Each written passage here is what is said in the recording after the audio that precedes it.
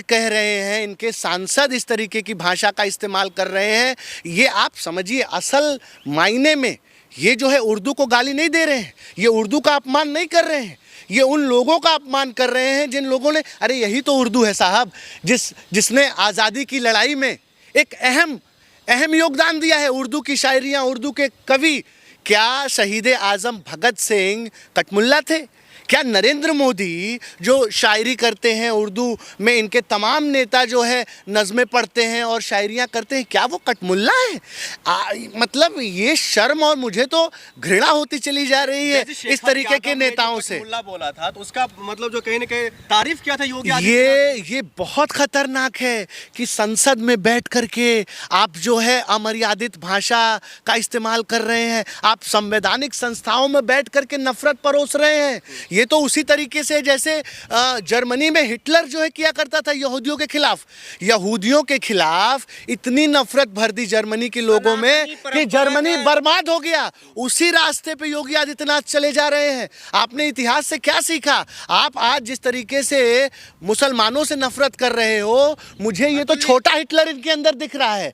ये तानाशाही का उदय हो रहा है। संवैधानिक पद पर बैठे व्यक्ति के लिए आप तानाशाही जैसे शब्द कर रहे हैं। देखिए, हम संवैधानिक पद जो है वो किसी का जो है घर का पद नहीं है, ये जनता की कुर्सी है, ये लोकतंत्र है। यहाँ राजशाही नहीं है कि जो है अब जो है नेता रानी के कोख से नहीं पैदा होता है, बैलेट की वोट से पैदा होता है। तो आप इस तरीके की बात मत करिए। और मैं जिस योगी आदित्यनाथ को जानता हूँ वो ये योगी आदित्यनाथ नहीं है।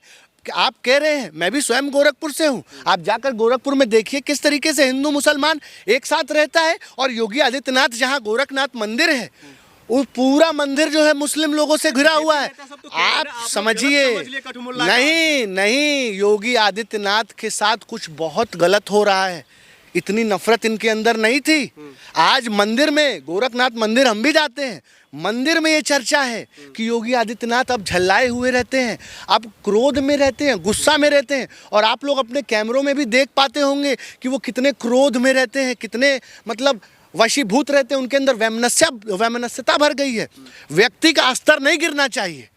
आज जिस तरीके से योगी आदित्यनाथ का स्तर गिर रहा है, वो एक व्यक्ति के रूप में फेल हो रहे हैं। संत और एक योगी के मुंह से इस तरीके का शब्द कठमुल्ला, देखिए, हम तो बार बार इसी बात को आपसे कह रहे हैं कि इस तरीके की बातें जो है एक संत के मुख से शोभा नहीं देती और उस मुख्यमंत्री के गरिमा को भी शोभा नहीं देती हैं। उत्तर प्रदेश के 24 करोड़ जनता ने आप में विश्वास जताया।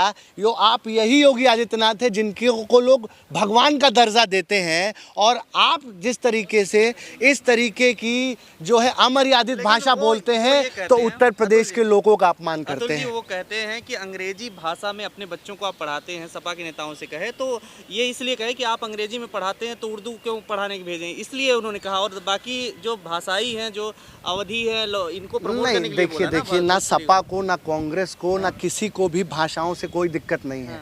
बात ये हुई थी कि इन लोगों ने जो है उर्दू को शामिल करने से मना कर दिया। तो सदन के जो समाजवादी पार्टी के नेता उन्होंने कहा कि अगर आप सभी भाषाओं को शामिल कर रहे हो, अंग्रेजी को भी शामिल कर रहे हो, भोजपुरी अवधी को शामिल कर रहे हो, तो उर्दू तो संविधान द्वारा मान्यता प्राप्त है, तो उसको भी आप प्रदेश की भाषा में शामिल कर लीजिए। और इसमें क्या गुरेज है भाई? जब आप जो है ये उर्दू जो है ये क्या है? ये अपभ्रंश जो है भारतीय भाषाओं का ही, हिंदी का तो भाई ही उर्दू है। उर्दू की उत्पत्ति जो है आप अगर देखेंगे तो जो है तमाम भारतीय भाषाएं अपभ्रंश और बिष्ट उर्फ योगी आदित्यनाथ जी द्वारा दिए गए कुंठित मानसिकता से दिए गए इस बयान की हम कड़े शब्दों में न केवल निंदा करते हैं बल्कि भत्सना करते हैं। लोकतंत्र में इस तरीके के बयान और इस तरीके के नेता का कोई जगह नहीं होनी चाहिए। ये शर्मनाक है, दुर्भाग्यपूर्ण है कि देश के सबसे बड़े राज्य का मुखिया की इस तरीके की असंवेदनशील भाषा होगी, इसकी हमने कल्पना नहीं की होगी। और जिस तरीके से लगातार योगी आदित्यनाथ जी के भाषणों का स्तर दिन प्रतिदिन गिरता चला जा रहा है, ये उनके स्वयं का पतन है। ये किसी भाषा का या किसी समुदाय का, किसी धर्म पे कुठाराघात नहीं कर रहे हैं, ये स्वयं का पतन कर रहे हैं। हिंदू धर्म की ओर बढ़ रहा है, हिंदू राष्ट्र की ओर। देखिए, आप इस बात को कहना कि देश हिंदू इस देश में ऑलरेडी जो है संविधान का राज चल रहा है, तो इस बात का कहना ये दिमागी दिवालियापन है। दिखाता है कि हिंदू राष्ट्र की तरफ बढ़ रहा है और खालिस्तान बन जाएगा और जो है मुस्लिम राष्ट्र बन जाएगा। ये शर्मनाक है। ये आप जो है भाजपा की IT सेल की तरह जो है आप बात मत करिए। आप समझिए, ये देश बाबा साहेब के संविधान से चलेगा। ये ना किसी बाइबल, ना किसी गीता, ना किसी कुरान से चलेगा। ये संविधान से चलेगा और करोड़ों लोगों की जो आस्था है वो संविधान में है। ये शर्म और दुर्भाग्य की बात है कि आज संविधान की धज्जियां उड़ाने वाले, आज संविधान को हर दिन अपने बयानों से अपमानित करने वाले लोग आज सत्ता में बैठ गए हैं। ये इस देश के लिए शर्म और दुख की बात लेकिन है। योगी जी का जो भाषा है वो तो काफ़ी बढ़िया है। वो तो ये कह रहे हैं कि अंग्रेजी को प्रमोट कीजिए, उर्दू को नहीं, जिससे जो है मौलवी और ये सब जो पाखंड है इस चीज़ का जो है वो। देखिए, किसी को भाषा से क्या समस्या हो सकती है? इस देश में 4000 भाषाएं हैं और ये भाषाएं हमारी पहचान है।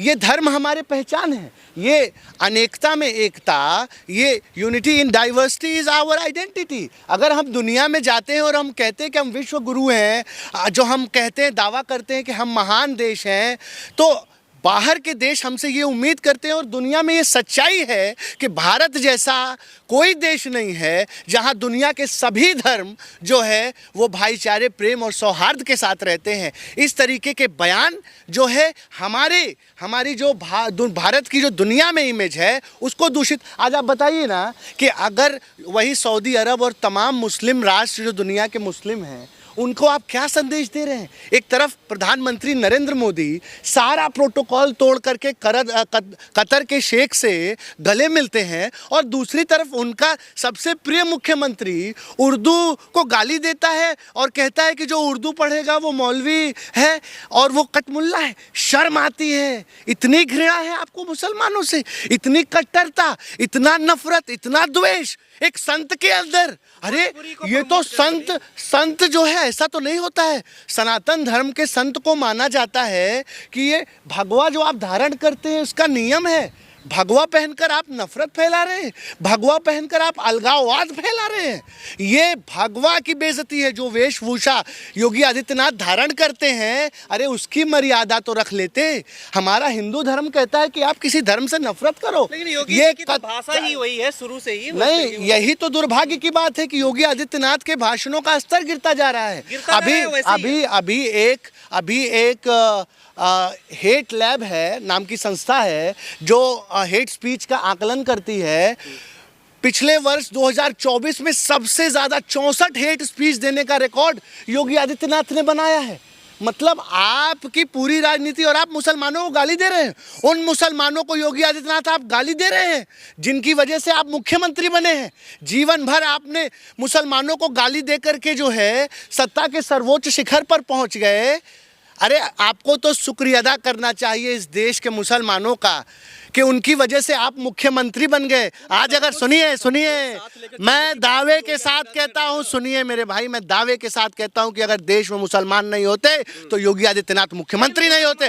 उनका 100 बार मुसलमानों को धन्यवाद करना चाहिए, भाजपा को और योगी आदित्यनाथ को। सबका विकास, सबके साथ लेकर चलने की बात तो योगी आदित्यनाथ कर रहे हैं, भारतीय जनता पार्टी कर रही है। फिर वो कहाँ से मतलब ये कर रहा है? आप ये बताइए, सबका मदरसा छाप क्या है भाई? मदरसा जो है वो आप उसको गाली समझ रहे हो? कटमुल्ला आप कह रहे हो। जो लोग उर्दू पढ़ते हैं, मौलवी कह रहे हो। मौलवी होना, मदरसे में पढ़ना क्या गलत है? आप मठ में पढ़ते हैं, गुरुकुल में पढ़ते हैं, मिशनरी में पढ़ते हैं, तो क्या आप जो है गाली के समान है? आप गलत काम कर रहे हैं, अपराध कर रहे हैं। ये तो पूरा इस देश में संविधान आज़ादी देता है अपने कुरान को, अपने गीता को, अपने बाइबल को पढ़ने के लिए। ये हमें किसी योगी आदित्यनाथ ने और किसी नरेंद्र मोदी ने हमें ये अधिकार नहीं दिया है कि वो इस तरीके की जो है अपमानजनक टिप्पणी करेंगे।